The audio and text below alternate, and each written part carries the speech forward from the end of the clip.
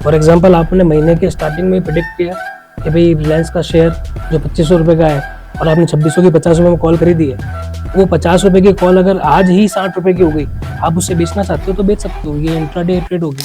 रिलायंस का एग्जांपल लेके 2500 का शेयर है अगर, और मैं 2600 की कॉल 50 रुपये में खरीदता हूँ, तो मैं इस मंथ में उसको 2600 से 50 रुपये कम से कम ऊपर देख रहा हूँ। 2500 का शेयर है तो 2600 का जो भी कॉल है उसका जो स्ट्राइक 2600 के स्ट्राइक प्राइस का कॉल अगर 50 रुपये है तो आपको 50 रुपये देना। कॉल्स 2500 का कोई शेयर है अगर, तो उसकी आगे की कुछ कॉल्स एक्टिव रहती है और कुछ पुट्स भी एक्टिव रहती है, और पीछे नीचे की भी कुछ स्ट्राइक प्राइस की कॉल और पुट एक्टिव रहती है। 2500 का शेयर है तो आपको 2450 की call. Stock market signal academy में हमारी ये कोशिश है कि आप सभी को स्टॉक मार्केट के बेसिक्स से पूरी तरह से अवगत कराएं, और उसके लिए हम लगातार एक्सपर्ट्स को ला रहे हैं जो आपको उन बेसिक्स से पूरी तरह से अवगत करा पाए और आप निटी-ग्रिटीज ऑफ स्टॉक मार्केट समझ पाए। आज इस इंटरव्यू में हम बात करने वाले हैं ऑप्शन ट्रेडिंग पर, और इसके लिए मेरे साथ हैं स्टॉक मार्केट एक्सपर्ट अनंत लोढ़ा। स्वागत है अनंत आपका। ऑप्शन ट्रेडिंग एक ऐसा शब्द है जो हम जब भी स्टॉक मार्केट ट्रेडिंग के बारे में सुनते हैं तो ये शब्द बार बार आता है। तो आज उन लोगों के हिसाब से जो बिल्कुल भी स्टॉक मार्केट के बारे में नहीं जानते, अगर मैं कहूं कि आप उन्हें समझाएं ऑप्शन ट्रेडिंग के बेसिक्स के बारे में, तो वो क्या हो? ऑप्शन ट्रेडिंग को समझने से पहले आपको एक चीज़ बताता हूँ, स्टॉक क्या होता है। अपन एक एग्जांपल पकड़ते हैं, कोई कंपनी है समझो रिलायंस, तो उसका स्टॉक का जो लिस्टिंग प्राइस है वो ट्रेड कर रहा है, फॉर एग्जांपल वो 2500 रुपये पे ट्रेड कर रहा है। आप शेयर मार्केट में परचेज करने जाओगे तो कैसे करोगे भाई? 2500 के आपको एक शेयर लेना है, 2 शेयर लेना है, 3 शेयर लेना है। ऑप्शन ट्रेडिंग में क्या होता है, कॉल और पुट ये 2 चीज़ें चलती है। कॉल होती है जो आपको तेज़ी दर्शाती है, पुट होती है जो आपको मंदी दर्शाती है। कॉल्स 2500 का कोई शेयर है अगर, तो उसकी आगे की कुछ कॉल्स एक्टिव रहती है और कुछ पुट्स भी एक्टिव रहती हैं, और पीछे नीचे की भी कुछ स्ट्राइक प्राइस की कॉल और पुट एक्टिव रहती है। 2500 का शेयर है तो आपको 2450 की कॉल भी मिल जाएगी, 2550 की भी कॉल मिल जाएगी, और 2550 की पुट भी मिल जाएगी, 2450 की पुट भी मिल जाएगी।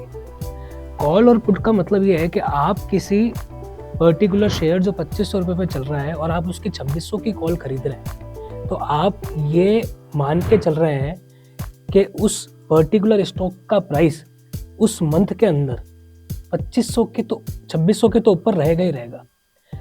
तो आप 2600 की कॉल पे 50 रुपये प्रीमियम दे रहे हैं, तो आप ये मान के चल रहे हैं कि 2650 तो 2500 वाला स्टॉक मिनिमम जाएगा मंथ की एक्सपायरी तक। कॉल और पुट ऑप्शन जो होते हैं वो हर मंथ की थर्सडे को, लास्ट थर्सडे को एक्सपायर हो जाते हैं। निफ्टी और बैंक निफ्टी को छोड़ दीजिए, उनकी वीकली एक्सपायरी होती है आजकल। जो ये स्टॉक के जो भी ऑप्शंस है वो मंथ के एंड में जाके एक्सपायर हो जाते हैं। इसका मतलब है मंथ की स्टार्टिंग में अगर कोई रिलायंस का एग्जांपल लेके 2500 का शेयर है अगर, और मैं 2600 की कॉल 50 रुपये में ख़रीदता हूँ, तो मैं इस मंथ में उसको 2600 से 50 रुपये कम से कम ऊपर देख रहा हूँ। तो जैसे ही अगर उसमें अनएक्सपेक्टेड पहले तेज़ी आ जाती है तो वो 50 रुपये का प्रीमियम बढ़ जाता है, और अगर जो आपने सोचा है वैसा नहीं हो रहा है और वो गिरता ही जाता है या 2500 पर ही रहेगा, गिरेगा भी नहीं, तो वो जो 50 रुपये का प्रीमियम आपने भरा है ना, वो मंथ के एंड तक ज़ीरो हो जाएगा। तो इसमें अगर हमें इसको खरीदना है ऑप्शन ट्रेडिंग को, तो हमें वो जो ऊपर का प्राइस है वही देना पड़ेगा या पूरे शेयर का भी प्राइस देना पड़ेगा? नहीं, जो भी प्रीमियम चल रहा है, 2500 का शेयर है तो 2600 का जो भी कॉल है उसका जो स्ट्राइक 2600 के स्ट्राइक प्राइस का कॉल अगर 50 रुपये है तो आपको 50 रुपये देना है। तो 50 रुपये उसमें भी शेयर का, जैसे F&O एक पूरा टर्म है, फ्यूचर एंड ऑप्शन, तो इसका एक लॉट साइज होता है, वो शेयर की प्राइस पे मंथ टू मंथ चेंज भी होता है। तो जैसे ही वो मतलब ये फिक्स ब्रैकेट तक रहता है कि भाई 10 लाख से नीचे करीब करीब आपको सारे फ्यूचर्स मिल जाएंगे। तो फ्यूचर्स का अगर लॉट है रिलायंस का 125 का, तो आपको 125 इंटू 50 ये देना है। यानी कि पूरे शेयर्स को नहीं लेना मुझे, और मुझे जो सिर्फ मैंने प्रिडिक्शन किया है उसका जो प्रीमियम है उस प्राइस को पे करके मुझे उसको लेना है। अगर वो प्रिडिक्शन फेल हो जाता है तो ऐसे केस में मेरा वो पैसा ज़ीरो हो जाएगा। लेकिन वो प्रेडिक्शन अगर ऊपर चला जाता है तो जितना भी ऊपर जाएगा वो पैसा मुझे मिल जाएगा।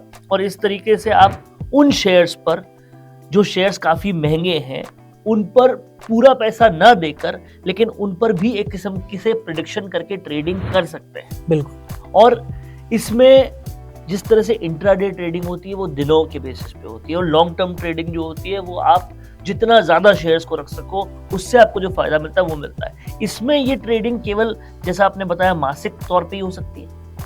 बिल्कुल, मासिक तौर पर ज़रूरी नहीं, आप उसमें इंट्राडे भी कर सकते हो। फॉर एग्जांपल, आपने महीने के स्टार्टिंग में प्रेडिक्ट किया कि भाई रिलायंस का शेयर जो 2500 रुपये का है और आपने 2600 की 50 रुपये में कॉल खरीदी है, वो 50 रुपये की कॉल अगर आज ही 60 रुपये की हो गई, आप उससे बेचना चाहते हो तो बेच सकते हो। ये इंट्राडे ट्रेड होगी। तो जैसा कि हम सब ने ये समझा कि अगर किसी शेयर को आप पूरी तरह से खरीदना नहीं भी चाहते तो भी आप सिर्फ उस पे प्रिडिक्शन करके, सिर्फ प्रीमियम पे करके उस पर ट्रेड कर सकते हैं अगर आपके प्रिडिक्शंस अच्छे हैं तो। और ऐसे आप उस कंपनी के मुनाफे से पैसा कमा सकते हैं जिसका एक्चुअल में आप शेयर नहीं खरीद रहे लेकिन सिर्फ प्रिडिक्शन का प्रीमियम दे रहे हैं, अगर प्रिडिक्शंस अच्छे हैं तो। यहां तक तो हमें सारी बातें समझ में आई। ऑप्शन ट्रेडिंग के बारे में एक और चीज भी आम है कि जब भी ऑप्शन ट्रेडिंग की बात की जाती है तो उसे हाई रिस्क का ट्रेडिंग माना जाता है। जैसा कि आपने बताया कि पूरा पैसा देना ही नहीं है, देना ही प्रीमियम है, तो फिर उसमें हाई रिस्क कैसे हुआ? क्या लॉट खरीदने की वजह से हुआ? क्या पैसा ज़ीरो हो जाने की वजह से हुआ? या फिर क्या 100 लोग अगर उसे खरीद रहे हैं तो 80 को लॉस हो रहा है? क्या वो गणित है जिसकी वजह से इसे हाई रिस्क माना जाता है? ये हाई रिस्क दोनों कारण से हैं जो आपने बोले। एक तो आप जो खरीद रहे हो वो आपको लॉट साइज से खरीदना पड़ेगा। अगर 2600 का प्रीमियम आप 50 पे खरीद रहे हो और रिलायंस का लॉट साइज 125 है तो वो 125 इंटू 50 ये आपका इन्वेस्टमेंट अमाउंट हो गया जो आपने इस कॉल में इन्वेस्ट किया। दूसरा हाईली रिस्क इसलिए है क्योंकि आपका प्रिडिक्शन अगर गलत गया तो वो जो 50 रुपये है वो धीरे धीरे टाइम डीके कहते हैं इसको। जैसे जैसे मंथ की एक्सपायरी पास में आती जाएगी, ये बलून है, तो वो बलून अगर आपके हिसाब से नहीं चल रहा है तो वो फुस होता जाएगा, तो ये पूरा प्रीमियम चला जाता है। तो इसमें आपको मिलता कुछ भी नहीं। आपने कोई स्टॉक खरीदा है, आपका प्रेडिक्शन उसका बाय का था और तेजी का था, ठीक है ना, अगर वो महीने भर नहीं गया, 2 महीने नहीं गया, 4 महीने नहीं गया, आप रख सकते हो। इन्वेस्टमेंट अमाउंट आपका कभी ना कभी आ सकता है, पर इसके अंदर ये संभावना नहीं है। ये आपको उस मंथ के लिए जो प्रेडिक्ट किया आपने बहुत जल्दी इससे निकलना पड़ता है, इसलिए वो बहुत हाई रिस्की हो जाता है। तो ये हाई रिस्क है, लेकिन अगर इसमें मुनाफा अच्छा हुआ तो प्रिडिक्शन अच्छा हुआ तो मुनाफा भी बहुत ज़बरदस्त हो सकता है। इसलिए जितनी रिस्क डूबने की है हाई, उतना चांस प्रॉफिट कमाने का भी हाई इसमें है। और जो लोग इसमें कमाते हैं वो कितना कमा कर निकल जाते हैं और कैसे वो बड़ा कमा पाते हैं, ये भी समझाएं। बहुत अनएक्सपेक्टेड रिटर्न्स इसमें। जब आपके हिसाब से प्रेडिक्शन जा रहा है तो आपको 100% 200% रिटर्न मिल जाता है इंट्राडे में। तो मतलब आपको शेयर्स में इतना रिटर्न नहीं मिल सकता जितना ऑप्शंस में मिलता है। ऐसे में अगर एक तरफ हम हाई रिस्क की बात करते हैं, दूसरी तरफ हम प्रेडिक्शंस की बात करते हैं, तो ये प्रेडिक्शंस को सही करने के लिए कि हमारे प्रेडिक्शंस सही ही हो, वो क्या बेसिक्स है जिस पर काम किया जाना चाहिए? क्या हमको कंपनी प्रोफाइल को ढंग से पढ़ना आना चाहिए या उनकी न्यूज़ को ढंग से देखना चाहिए? क्या वो काम है जो अगर कोई ऐसा ट्रेडर है जो ऑप्शंस में जाना चाहता है, अपने प्रेडिक्शंस को अच्छा बनाना चाहता है, कुछ बेसिक समझना चाहता है, वो क्या करे? सबसे पहले तो आपको फाइनेंशियल देखने का तो ज़रूरत तब पड़ती है जब आप उसमें इन्वेस्टर बनना चाहते हो लॉन्ग टर्म के लिए। ऑप्शंस के अंदर फाइनेंशियल कुछ काम नहीं आते। आपको मार्केट का नॉलेज होना चाहिए। जो भी आप जिसमें भी ट्रेड करना चाहते हो, आपको बेसिक आइडियाज़ क्लियर होने चाहिए कि भाई मैं जिसमें कर रहा हूँ उसमें रिस्क कितनी, आपका रिस्क मैनेजमेंट अच्छा होना चाहिए। दूसरा, आपको पता होना चाहिए कि भाई मैं जो प्रेडिक्ट कर रहा हूँ वो सही तरीके से प्रेडिक्ट करूँ, क्योंकि इसमें रिस्क बहुत हाई है। आपको चार्ट रीडिंग आनी चाहिए, आपको न्यूज़ देखनी पड़ेगी। आप अगर न्यूज़ से अवगत नहीं हो, बाकी सब चीज़ें देख रहे हो, तो कोई ऐसी अनएक्सपेक्टेड न्यूज़ आ गई तो वो आपके विपरीत भी जा सकती है। तो आपको दोनों चीज़ें साथ में लेके चलनी है। और अगर आप लगातार न्यूज़ देख रहे हैं और आपको पता चल रहा है कि ये कंपनी जो है उसके बाकी सारे डिपार्टमेंट्स, बाकी सारी सब्सिडरी कंपनीज अच्छा कर रही है और अब ये कंपनी इस पर्टिकुलर इंडस्ट्री में भी घुस गई है तो ये अच्छा ही कर सकती है, और उन न्यूज़ को देखकर अगर आपने उस पर प्रिडिक्ट किया तो क्या उसके सही होने के चांसेस बढ़ जाते हैं? सही होने के चांसेस बढ़ जाते हैं उसके, क्योंकि आपने दी न्यूज़ पढ़ी है, उसको देखा है कि भाई इस पर्टिकुलर सेक्टर में जाने से इस कंपनी की ग्रोथ अच्छी हो जाएगी, तो मतलब उस पर दांव लगाया जा सकता है। कहीं ना कहीं ऑप्शंस में अगर आप ट्रेड करना चाहते हैं तो जिस तरीके से आपका मोबाइल अच्छा तब चलेगा जब आप उसे अपडेटेड रखेंगे, ठीक वैसे ही उन कंपनीज के बारे में आप जब अपडेटेड रहेंगे तो आपकी ट्रेडिंग भी अच्छी चलेगी। और ये अपडेटेड बहुत ही निटी-ग्रिटीज जानने वाला अपग्रेडेशन है। इसमें आपको पूरी तरह से उस कंपनी की न्यूज़ को फॉलो करना पड़ेगा, समझना पड़ेगा, उसका अगला पिछला हिस्ट्री देखना पड़ेगा और तब ये हो पाएगा। एक आम सीजन्ड ऑप्शन ट्रेडर किस तरह से अपने बेसिक्स पढ़ता है, किस तरीके से अपनी कंपनी स्टडी करता है, क्या उसका रूटीन रहता है, ये भी थोड़ा बताएं। थोड़ा सा इसमें टेक्निकल टर्म्स आ जाएंगे, पर जैसे ऑप्शंस को ट्रेड करने के लिए सबसे ज़रूरी होता है उसके ग्रीक्स देखना। इसमें अल्फ़ा, बीटा, थीटा ये सब होता है, तो इसको साथ में इम्प्लाइड वॉलेटिलिटी देखना। कोई शेयर आपके नज़र में तेज जाएगा और आपने उसका प्रीमियम भी पे कर दिया है, वो तेज़ भी जा रहा है, पर कभी कभार होता है उसकी ऑप्शन की वैल्यू ही नहीं बढ़ रही है, वो होता है इम्प्लाइड वॉलेटिलिटी। तो ये बलून जैसा केस है कि भाई बलून अगर इतना फूला हुआ है तो वो जाके बर्स्ट होगा या फिर उसके रुकने की क्षमता, मतलब रुक जाएगा वो।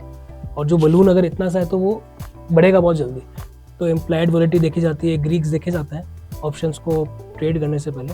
और साथ में आपको थोड़ी बहुत मार्केट की नॉलेज, थोड़े बहुत स्टॉक की नॉलेज, थोड़ी बहुत चार्टिंग की नॉलेज, ये सब नहीं चाहिए। तो कहीं ना कहीं अगर ऑप्शन ट्रेडर बनना चाहते हैं तो आपको ये तमाम सारी तरह की नॉलेज होनी ज़रूरी है।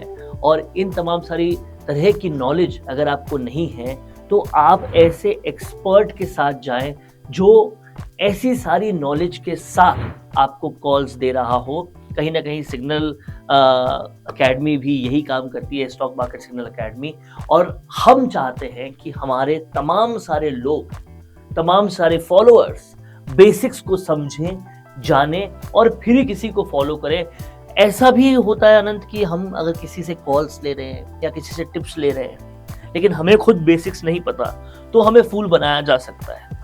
और अगर हम थोड़ा बेसिक्स जाने और फिर किसी एक्सपर्ट को फॉलो करें तो हम इस बात से अवगत रहते हैं कि हमें सही चीज़ बताई जा रही है। बिल्कुल, आपको खुद को नॉलेज होगी तो आपको पता चल जाएगा कि भाई जो भी कॉल या टिप आपको मिली है उसको आप खुद एनालाइज कर सकते हो कि भाई ये मार्केट में सही जा रही है, नहीं जा रही है, उसके पीछे रीजंस क्या आप खुद ढूंढ पाओगे। आप अगर अपने मेरे सो कॉल्ड फ्रेंड ने एक टिप दी है उस पर चलोगे तो उसमें लॉसेस के बहुत ज़्यादा चांसेस रहते हैं, इसीलिए बहुत ज़्यादा हाई रिस्क भी होता है। तो यही मुहिम है स्टॉक मार्केट सिग्नल एकेडमी की कि आपके बेसिक्स क्लियर हों। बेसिक्स क्लियर होंगे तभी आप तय कर पाएंगे कि आपको जो कॉल्स दी जा रही है वो कितनी एक्यूरेट है, कितनी सही है, और पूरी तरह से सजगता के साथ आप किसी कॉल को फॉलो करेंगे। ऐसी ब्लाइंड फॉलो आप उसे नहीं करेंगे। बहुत बहुत शुक्रिया आनंद, हमारे दर्शकों को ये समझाने के लिए कि ऑप्शन ट्रेडिंग है क्या, हाई रिस्क फैक्टर है, लेकिन अगर पूरी स्टडीज के साथ किया जाए तो हाई प्रॉफिट भी मिल सकता है। Thank you so much. Thank you.